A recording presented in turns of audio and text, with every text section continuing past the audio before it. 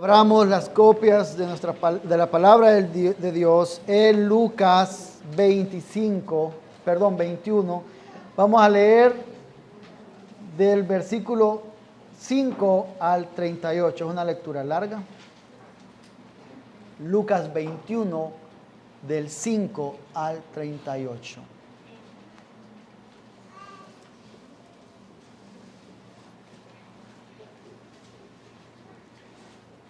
Leamos la palabra del Señor.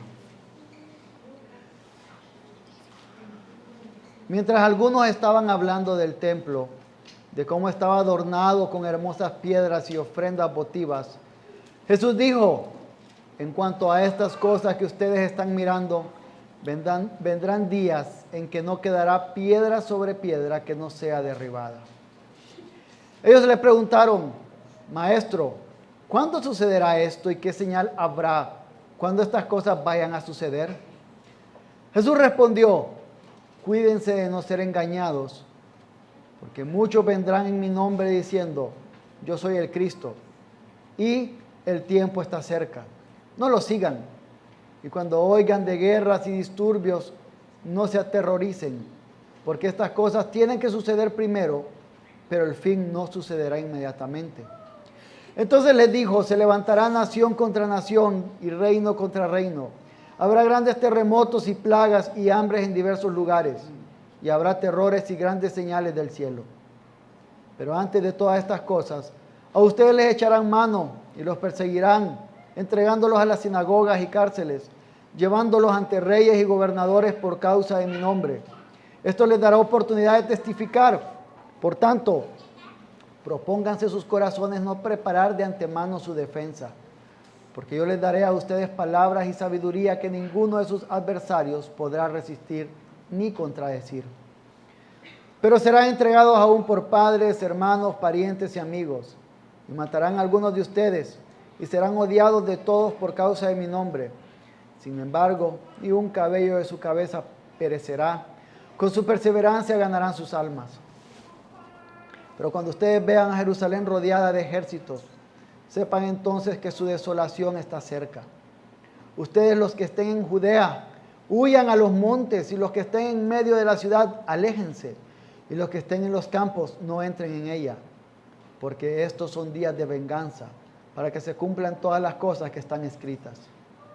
Ay de las que estén encinta, ay de las que estén criando en aquellos días, porque habrá una gran calamidad sobre la tierra e ira para este pueblo. Caerán a filo de espada y serán llevados cautivos a todas las naciones. Jerusalén será pisoteada por los gentiles hasta que los tiempos de los gentiles se cumplan.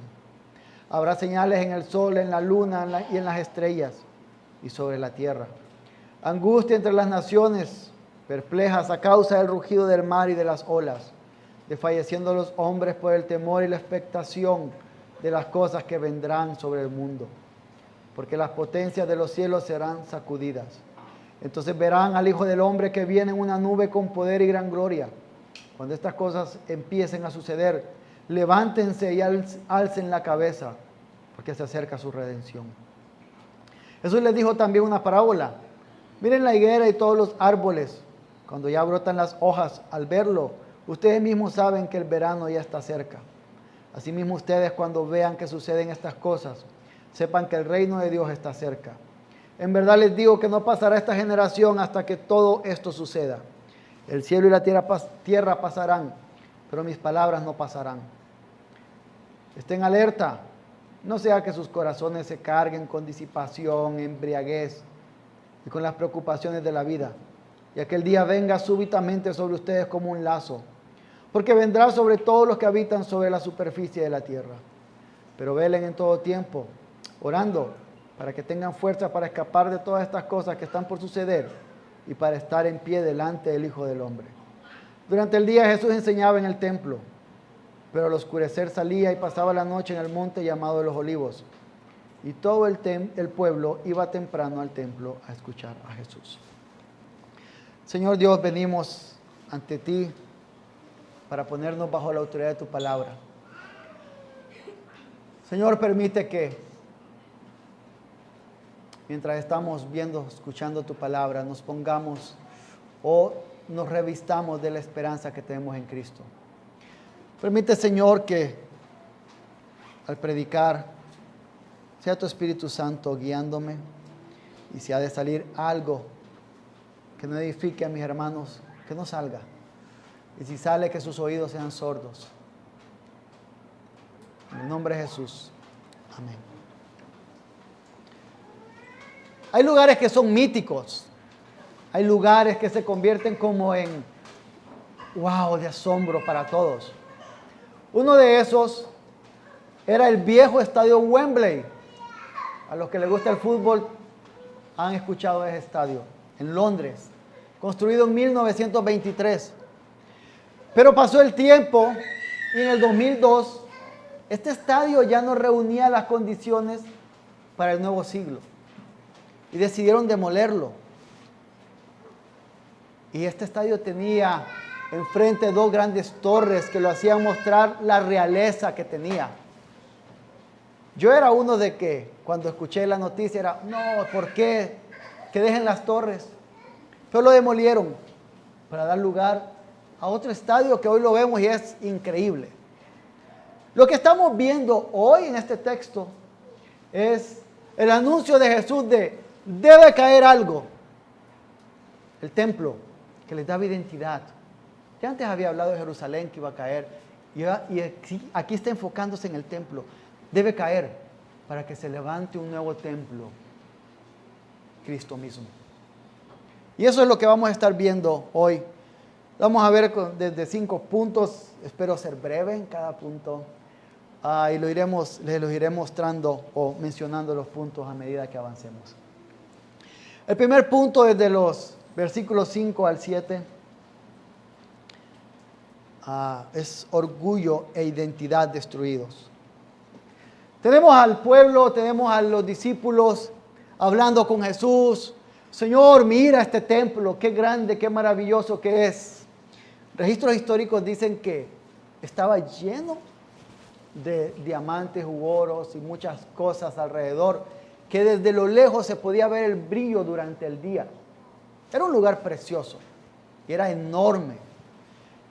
Y recordando que el templo, primero el tabernáculo, luego el templo de Salomón, luego este segundo templo reconstruido con Esdras y Nehemías, que eso era el lugar donde Dios se encontraba físicamente con el pueblo. Era el lugar que al pueblo le daba identidad y donde sentían que estaban cara a cara con Dios. Les daba sentido de pertenencia. Pero habían llegado a un punto de que el templo en sí mismo, no lo que sucedía ahí de encontrarse con Dios, sino que el templo en sí mismo era la identidad de ellos. Y cuando están entonces ellos hablándole a Jesús, mira qué hermoso. Imagino que le hablaron, tantos años tomó construirlo. Mi abuelito, mi tatarabuelo o algún antepasado mío estuvo ahí construyendo algo, ayudando. Jesús les dice, sí, pero ¿saben qué? Va a caer. Va a caer. ¿Qué sucede cuando nos dicen eso? ¿Qué sucede cuando nos dicen que algo que apreciamos tanto va a caer? ¿Qué sucede que cuando lo que nos da identidad dicen va a caer? Nos asustamos. Te voy a despedir del trabajo. Uy, esto me da identidad. O tu familia tuvo un accidente y murió toda. Esto me da identidad. O en lugares donde el abuelo o la abuela es quien guía a una familia numerosa y muere. Se acaba la identidad, lo que nos mantenía unidos. Eso es lo que sintieron estos discípulos. Lo que somos se comienza a caer, se va a ir. Y entonces, ante eso, ellos preguntan, ¿cuándo? Cuando vemos Mateo nos dice que después en privado los discípulos fueron a preguntarle a Jesús, ¿cuándo? Marcos nos dice que los que fueron Pedro, Juan, Andrés y Jacobo, los que se acercaron. Yo cuando pensaba esto era como, a veces pasa cuando la mamá es quien está todo el día en casa y los niños ya la colapsaron y que dicen, cuando venga tu papá. Y los niños, ¿a qué hora viene papi? ¿A qué hora viene papi? Y quieren saber la hora. Mami, ¿qué hora es? ¿Son las 4 o las 5? Porque saben que cuando venga papi va a haber problemas. Entonces pensaba, esto es como lo que empezaron ellos a decir, uy, ¿cuándo se cae lo que nos da identidad? ¿Cuándo se desploma todo esto que nos hace ser lo que somos? ¿Cuándo? Y se acercan a Jesús.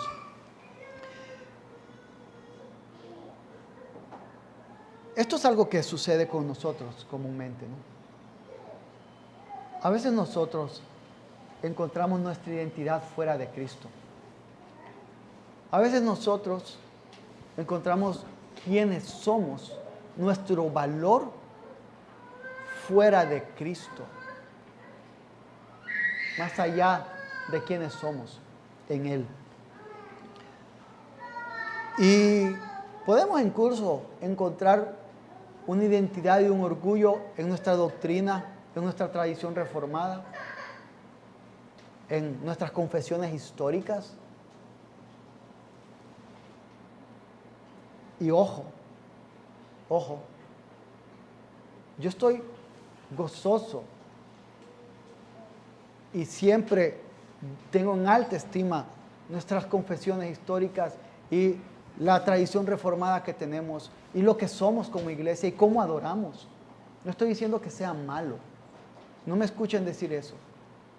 Lo que estoy diciendo es cuando nuestra identidad es cómo adora mi iglesia en lugar del Cristo que adora mi iglesia.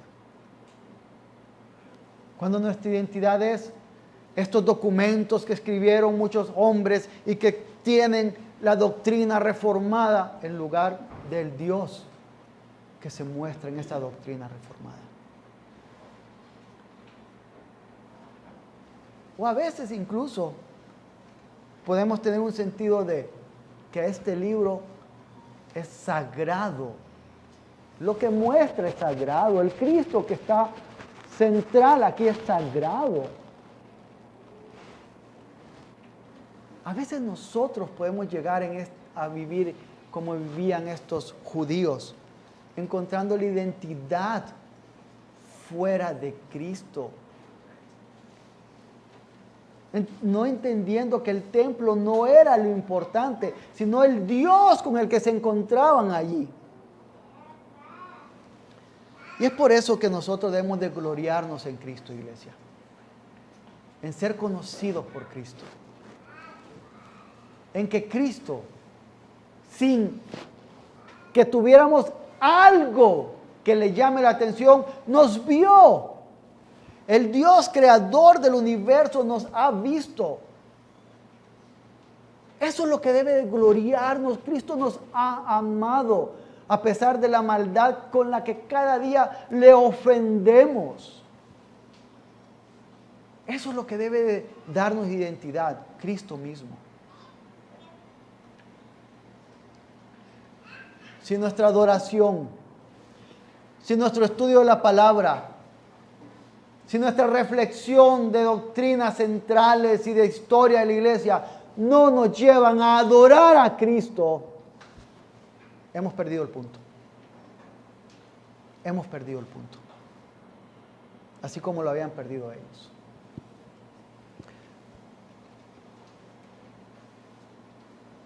Entonces cuando ellos preguntan, ¿cuándo? ¿Cuándo va a pasar que se destruye lo que somos? Jesús les da señales, y este es el segundo punto, desde los versículos 8 al 19. El siempre presente sufrimiento. Este es el segundo punto. Comienzan ellos. Uy, ¿qué va a pasar? ¿Cuándo va a ser? ¿Qué señales habrá? Y hay algo que primero identifica a Jesús. Cuando han habido, en los trabajos que he tenido, habían recortes de personal. Y siempre cuando dicen hay recorte de personal, ¿qué se empieza a averiguar? ¿Quiénes van a ser? ¿Y cuántos son de este departamento? ¿Cuántos son los que se van a ir de acá? Y empiezan como a querer saber cuántas personas se van a ir para saber si soy yo o no soy yo. Empieza a haber temor. Jesús sabe que ante este anuncio los discípulos tienen temor. Y cuando tienen temor, cuando uno tiene temor, uno corre a la fuente de seguridad que tiene.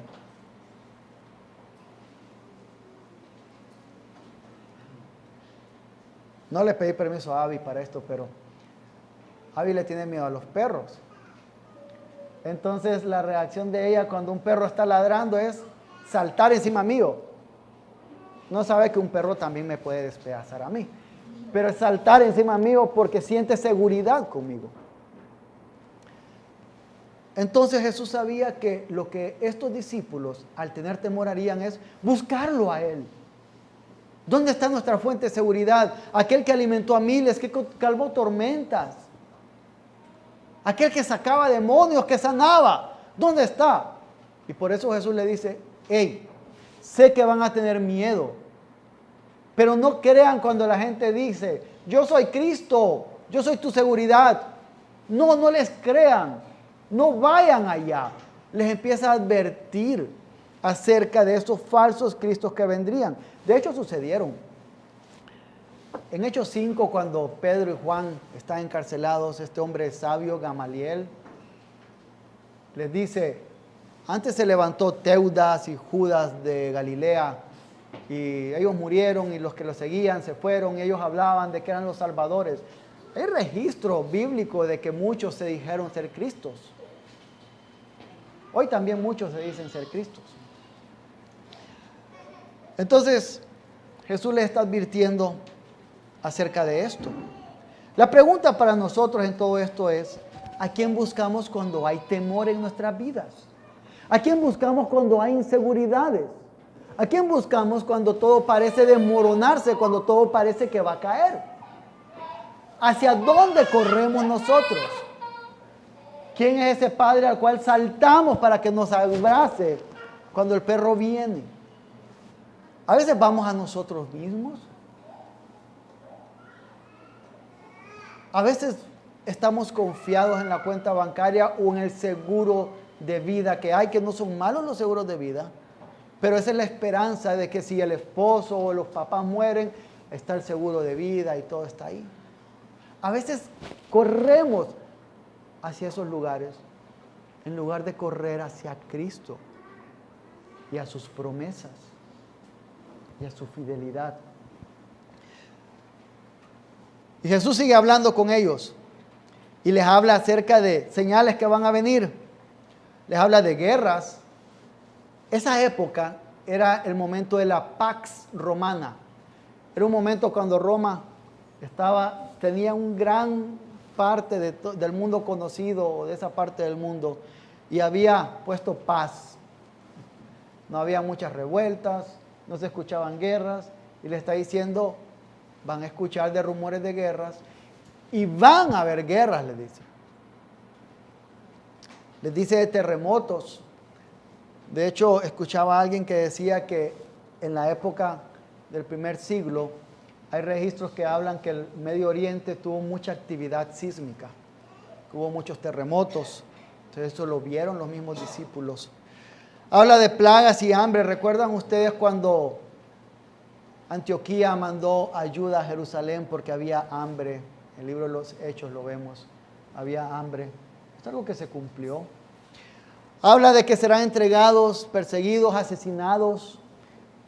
Hechos 4 nos dice que Pedro y Juan estuvieron en la cárcel. Hechos 7, el martirio de Esteban. Hechos 8, hay persecución sobre la iglesia y la iglesia tiene que huir, llega a Samaria y otros lados. Hechos 12, Jacobo es asesinado y Pedro nuevamente es puesto en la cárcel. Y Eusebio, un historiador de la iglesia, de los primeros 3 siglos de la iglesia, él habla de que en esos momentos posteriores, cuando hubo persecución a los cristianos, los mismos hermanos entregaban a los hermanos. Él da nombres, registros de nombres de personas, fulano entregó a fulano. Hubo todo eso se cumplió. Pero no solo se cumplió en ese momento, sino que es algo recurrente que vemos en la historia. Justamente hoy en la mañana estaba viendo terremotos, un terremoto que hubo por Afganistán, Creo que algunos saben de unos ataques que hay entre Israel y Palestina ahorita. Estamos viendo qué sucede. Vemos que hay hambre en varios lugares. Nosotros vemos migrantes pasar por aquí o personas desde nuestro país que migran a otro lugar. Vemos que esto está siendo recurrente. En algunos lugares del mundo ser cristiano tiene persecución de pena de muerte y en otros hay una persecución bajo, una persecución un poco oculta. Vemos que esto está sucediendo. Entonces, ante esto, en la dificultad que vendrá, Jesús les dice, aún la persecución es buena, porque les permitirá testificar. Les decía que Hechos 8 nos muestra la persecución que hubo, que se desató después de que Esteban es asesinado. Pues bueno, eso permitió que el evangelio llegara a Samaria y que Felipe fuera uno de los primeros evangelistas de los cuales hay registro, que Pedro y Juan después llegaran como apóstoles a certificar que el Espíritu Santo estaba obrando allá. Y les dice, hey, no se preocupen, no preparen defensa. Aquí no les está diciendo sean necios, descuidados en su estudio de la palabra, de la preparación, no. Les está diciendo, no vayan con temor ante las autoridades u otras personas pensando, si me pregunta A, le respondo B. Si me pregunta C, le respondo D. No vayan con todo ese temor. Vayan confiando que todo lo que ustedes han aprendido, han conocido, el Espíritu Santo lo utilizará de formas milagrosas para dar respuestas. Muchos de ustedes han conversado conmigo a veces cuando han dicho alguna respuesta que ni saben de dónde la sacaron y una respuesta bíblica ante la pregunta de alguien y que la persona quedó callada. Eso es lo que está hablando aquí. Está diciendo que Él utilizará esas herramientas que nos da para poder ser fieles testigos. Es lo que sucedió en Hechos 4 cuando el concilio sabía que Pedro y Juan eran hombres sin letras, es decir, sin preparación académica, y que eran tan sabios en lo que respondían. Era el Espíritu Santo obrando.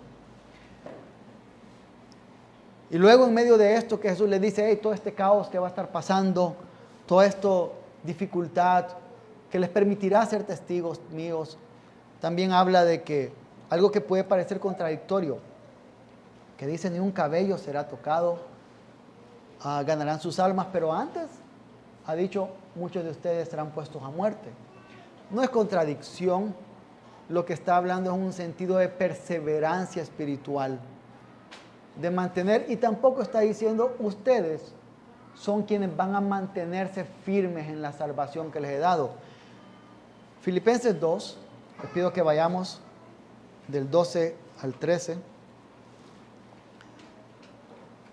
Dice, así que, amados míos, tal como siempre han obedecido, no solo en mi presencia, sino ahora mucho más en mi ausencia, ocúpense en su salvación con temor y temblor, porque Dios es quien obra en ustedes tanto el querer como el hacer para su buena voluntad. Hay un mandato de ocúpense de su salvación, pero es Dios quien les permite ocuparse de ella. Lo que le está diciendo Jesús aquí es esto que después el Espíritu Santo nos dice a través de lo que escribió Pablo, que tenemos un llamado a perseverar, pero que debemos recordar que es el Espíritu Santo quien nos permite perseverar en la fe. ¿Para qué? Para que solo nos gloriemos en Cristo. Pensando en esto que Jesús les está diciendo acerca de las dificultades que vendrán, acerca de lo difícil que es seguir a Cristo, ser sus embajadores, ser constructores de este nuevo edificio que se construirá ante la caída del templo. Si pensamos en cómo aplicarlo a nuestras vidas, podemos recordar que estamos viviendo como cristianos contraculturalmente. Hace algunos días uno de mis hijos decía que ellos tienen unas clases de deportes en la Vía Olímpica y que una niña les dijo, ustedes los cristianos, qué aburridos. Porque le preguntó a la niña, ¿vas a ir a ver esta película? Y le dijeron, no, porque mis papás creen que no es correcta y que ofende al Señor. eso es vivir contraculturalmente. Niños, ustedes muchas veces van a ser rechazados por decisiones sanas que sus padres toman para protegerlos. Muchas veces van a ser ridiculizados por otros, tratados mal por otros, por esas decisiones sanas que sus padres toman. O por las mismas decisiones que ustedes tomen de vivir fielmente al Señor. Porque vivir para el Señor puede ser difícil. También padres, ¿cuántas veces se les va a decir que aplicar la disciplina bíblica, sana, correcta, no tiene sentido? Que eso es de gente cavernícola. Va a suceder. Si ustedes quieren aplicar disciplina bíblica, sana, correcta a sus hijos. O a veces nos van a llamar fanáticos por estar en este día del Señor. En la entrada escuchaba a alguien que decía que se fue a una familia de visita en la semana de vacación y le dijeron que se quedara y decidió venir acá. A veces nuestra propia familia va a decirnos que no les amamos porque queremos estar guardando el día del Señor, adorando al Señor, estando en este pedacito de la eternidad. Pero también es difícil porque el Evangelio afecta a la economía, afecta al mundo, afecta a la sociedad. Hechos 19 nos habla de Demetrio, aquel platero que hacía las estatuas para Diana y que empieza a decir, estos están alterando, pero si leemos antes lo que dice es que lo que Pablo estaba haciendo en Éfeso es predicar el Evangelio, predicar. No andaba con estandartes políticos predicando, pero el Evangelio trastornó la economía porque ya no le compraban, trastornó a la adoración a dioses falsos, trastornó incluso el orden social porque ya hay reglas que el creyente no debe de seguir porque van en contra de lo que el Señor manda. Cuando el gobierno nos diga o le diga a un médico, usted tiene que efectuar un aborto sí o sí, tiene que rehusarse porque es asesinato. O a veces cuando alguien nos pide, sabemos que esa persona es casada o casado y nos pide, hey, ayúdame a conseguir el número de teléfono de aquella muchacha o aquel. Y ya sabemos con qué objetivo. Un no tiene que ser la respuesta. Entonces vivir para el Señor es contracultural y va a significar que tengamos persecuciones, además de la dificultad que hay en el mundo, esta dificultad revolvente que hay de hambre, de peste, de guerras. Será difícil. Y muchas de estas cosas nos van a dar temor. La respuesta, buscar la fuente de seguridad, correr a Cristo. Correr a Cristo. Cristo ha prometido estar con nosotros en la gran comisión. Él mandó a que seamos sus testigos y dijo, estaré con ustedes hasta el final.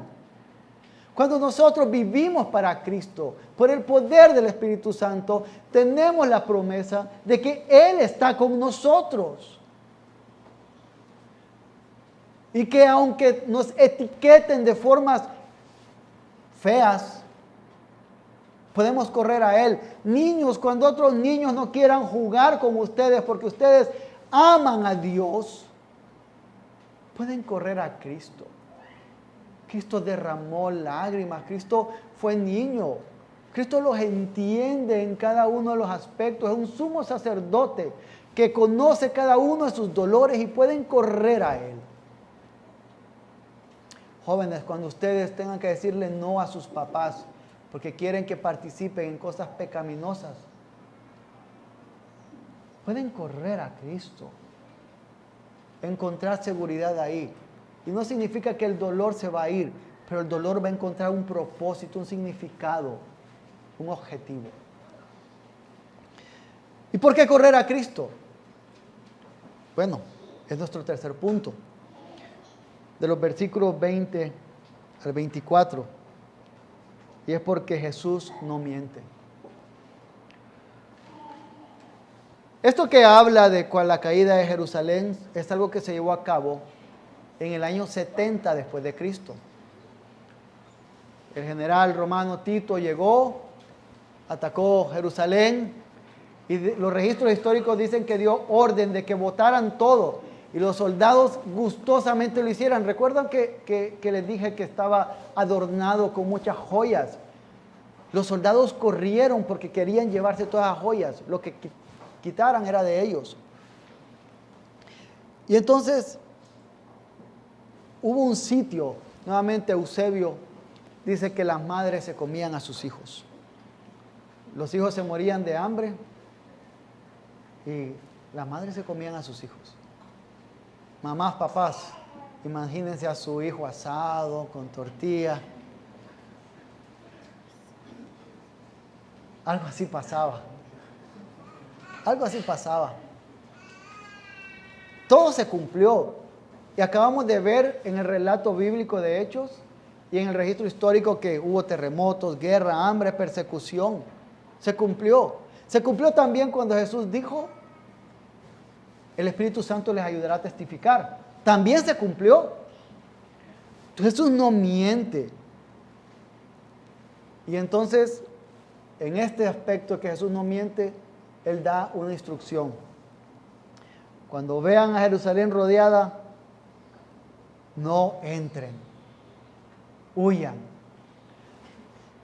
Nuevamente, perros en mi ejemplo. Cuando estoy en la casa hay algunos vecinos que tienen perros que dan miedo. Y cuando veo que andan sueltos en las calles, mi primera reacción es, está abierto el portón de mi casa para correr y cerrarme. Las ciudades eran amuralladas para correr y protegerse allí de las personas que estaban atacándola.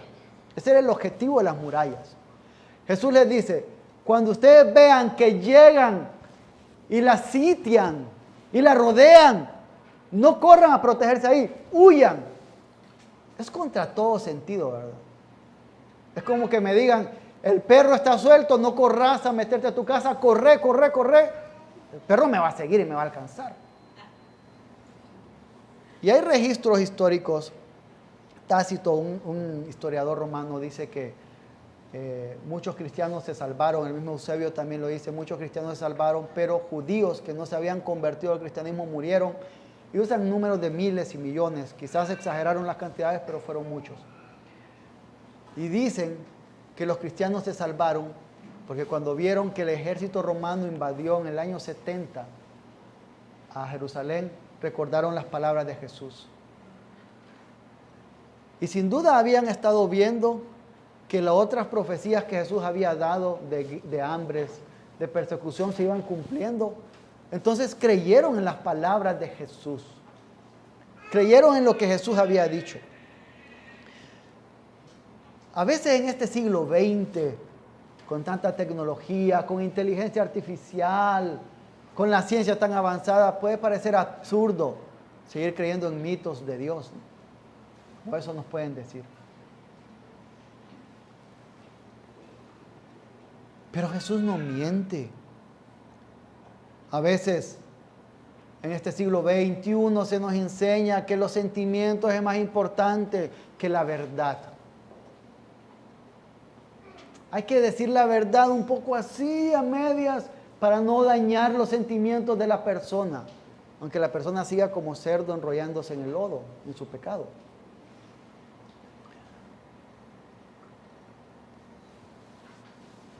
Y en esto, Jesús les dice, Jerusalén es sitiada. Hey, ustedes van a llorar por eso. Imagínense que la casa en donde viven se destruye por completo hoy. Nos va a doler. Jesús les dice, va a estar sitiada, les va a doler.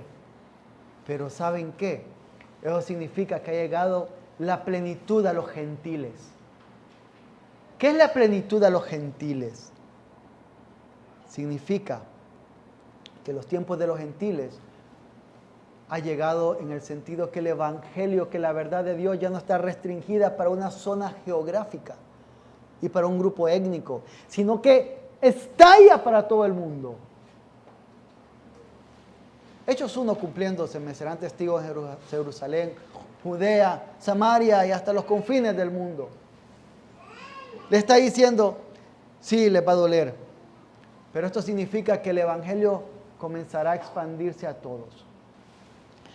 Romanos 11 nos dice, Romanos 11 al 12, hablando de los judíos, pero por su transgresión ha venido la salvación a los gentiles para causarles celos. Y si su transgresión es riqueza para el mundo y su fracaso es riqueza para los gentiles. Esto era castigo para ese pueblo judío. ¿Recuerdan que antes Jesús dijo de Jerusalén que iba a caer?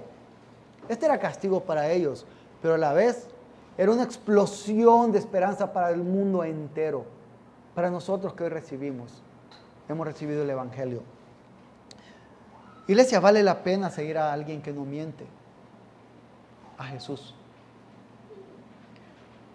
Hasta aquí los discípulos habían visto que todo se había cumplido. Y cuando llegó el sitio a Jerusalén, se acordaron, se ha cumplido todo lo que dijo, así que cuando dijo que huyéramos, debemos hacerle caso, huyamos. Y se escaparon. Jesús no miente, y Jesús nos dice hoy que la condición nuestra es pecaminosa. Que la condición de cada uno de nosotros sin Él es triste, es deplorable. Pero que Él también da salvación. Jesús nos dice que perseverar en este mundo es difícil al haber creído en Él. Pero que Él también nos da la perseverancia.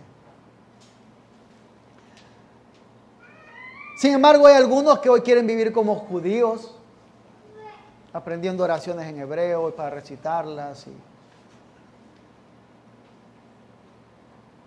y otras cosas, en lugar de disfrutar la plenitud del evangelio que ha llegado a los gentiles, donde esa pared de separación ha caído y que de dos pueblos Cristo ha hecho uno solo y que hoy tenemos entrada directa a Dios Padre. Y en esto, preocupación, se cae en nuestra identidad. A saber, algún hermano va a quedar dentro del sitio y va a morir. Entonces esta preocupación que puede estar en la cabeza de los discípulos, Jesús les presenta como un oasis en el desierto. Y ese es mi cuarto punto, desde los versículos 25 al 33. Hay dolor. Jesús dice, hay dolor, van a sufrir, les va a doler el ver que cae esa ciudad que aman, ese templo donde iban a adorar, donde fueron circuncidados, donde crecieron, donde aprendieron la Torá, donde hicieron amigos. Les va a doler. Es claro que les va a doler. Pero les da un oasis, como las películas que hemos visto, de ir por el desierto y allá se ven palmeras y agua, y ¡oh, qué bueno eso! Les da un oasis en dos formas. Les da fuerza en dos formas. Les dice que Él regresará y les dice que ese dolor que están sufriendo permitirá que el evangelio llegue hacia todo el mundo.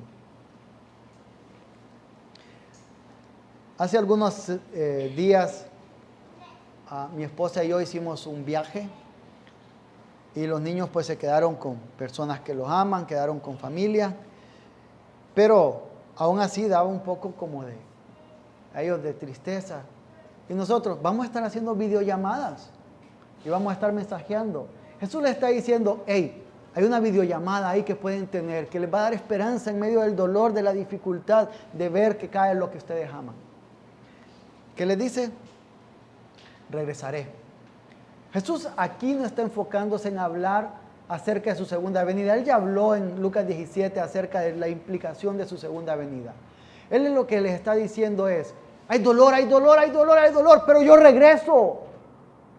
Y que yo regrese con este lenguaje apocalíptico que utiliza, que lo vemos en Isaías, que lo vimos en el libro de Apocalipsis, de que se destruyen las cosas celestiales, de que hay turbulencia, con todo este lenguaje que habla de juicio. Jesús le está diciendo, vendré y traeré juicio a esos que los están tratando mal, a esos que me odian. Pero también vendré, y dice, el versículo 28. Porque se acerca su redención. Será completa su felicidad. Está diciendo, voy a regresar, van a sufrir, pero recuerden que yo vengo y castigaré a aquellos que no me aman. Pero yo vengo y les daré el gozo completo. Hace unos días estaba viendo un video de una niña que los papás, no eran sus papás, eran adoptivos, le dan los papeles de que ella ha sido adoptada legalmente. Esa niña salta sobre ellos, los abraza y llora de la alegría. Eso es lo que nos está apuntando aquí, nos está diciendo, yo regreso y van a ser como esos niños que saben que ven a su papá que viene y saltan y lo abrazan y se gozan. Hay dolor, pero recuerden que vendré y tienen esa esperanza de gozo. Eso les está diciendo ahí. Pero también les está hablando y les dice, cuando vean que todo esto viene, que todo esto está sucediendo, es que el reino de Dios se ha acercado, que el reino de Dios está cerca. No está hablando de tiempo, sino de que ha llegado algo, que algo ya está y que está disponible para todos. Le está diciendo el sufrimiento, esto que va a suceder, inaugura, permite que el reino sea anunciado a todos.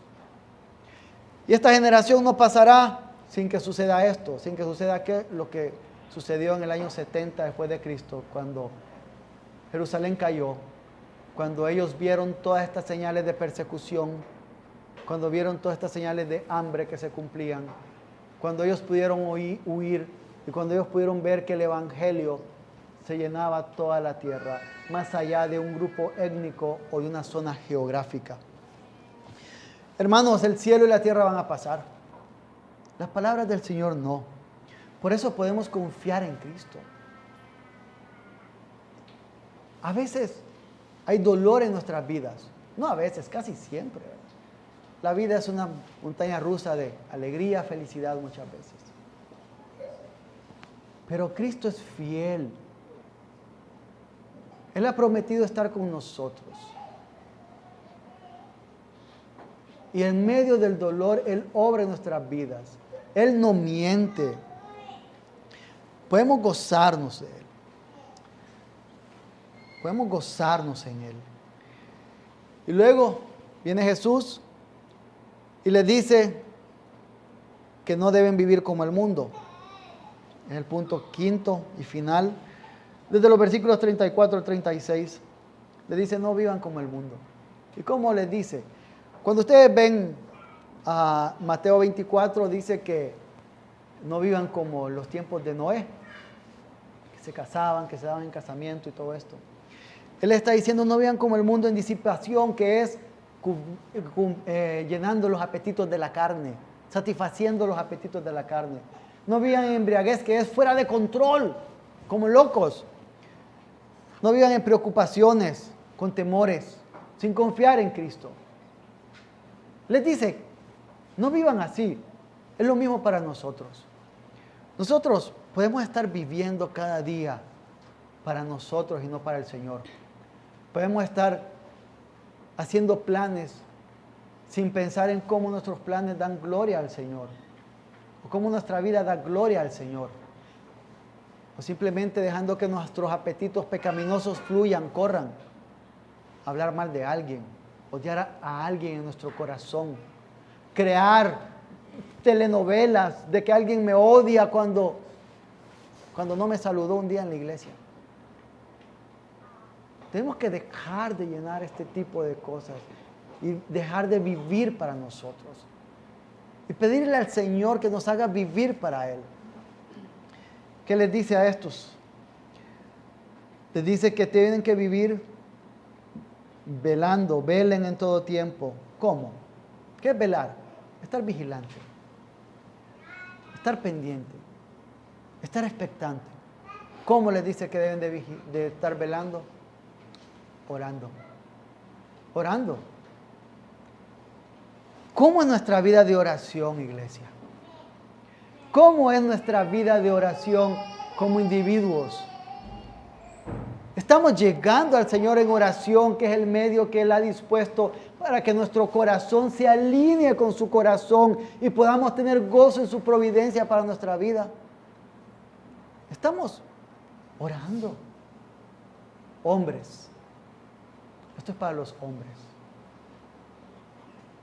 Sobre todo hombres que son casados, padres o esposos.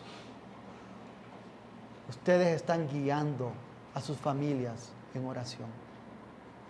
O es su esposa la que tiene que estar diciéndoles, oremos. Lo estamos haciendo, hombres. Lo estamos haciendo, padres. Niños, esto es un buen tema para hablar hoy al almuerzo con sus papás y preguntarnos, ¿hay forma de que podamos orar más, papi y mami? ¿Cómo puedo orar mejor, papi y mami?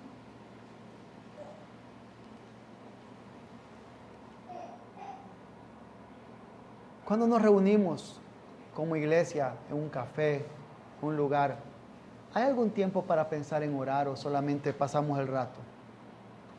Yo me declaro culpable de eso. ¿Hay algún tiempo para preguntar, ¿cómo podría estar orando por usted? ¿Qué está pasando en su vida por lo cual yo puedo estar orando por usted?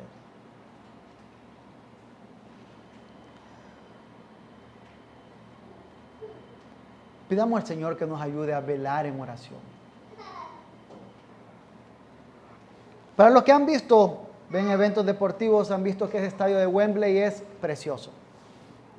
A mí me gusta mucho y algún día quiero ir. Si alguien me quiere mandar, yo voy. La parte final de Lucas nos dice que hay un mejor templo. Nos dice que Jesús enseñaba en el templo y la gente se iba a acercar. Versículos 37 al 38. Dice que el 38 y todo el pueblo iba temprano al templo a escuchar a Jesús. Oh, Jesús es un templo más precioso que Wembley o cualquier catedral o cualquier edificio. Jesús es un templo del cual emana la vida eterna. Si usted hoy es creyente, usted puede ir a ese Jesús, a ese templo y beber de Él y estar en Él y pedirle fuerza para el día a día. Si usted no es creyente, usted puede ir a ese Jesús, a ese templo. Ya no tiene que ir a un templo que esté en algún lugar, que alguien quiera reconstruir. No hay ningún lugar físico. Es Jesús al quien puede llegar. Y es el Espíritu Santo morando en nosotros. Si usted no es creyente, pídale al Espíritu Santo que le lleve a Jesús. Ese Jesús que ha prometido que Él va a regresar y vamos a dar saltos de gozo, de alegría, porque nuestra redención se cumple cuando lo veamos. Ese Jesús que nos da esperanza.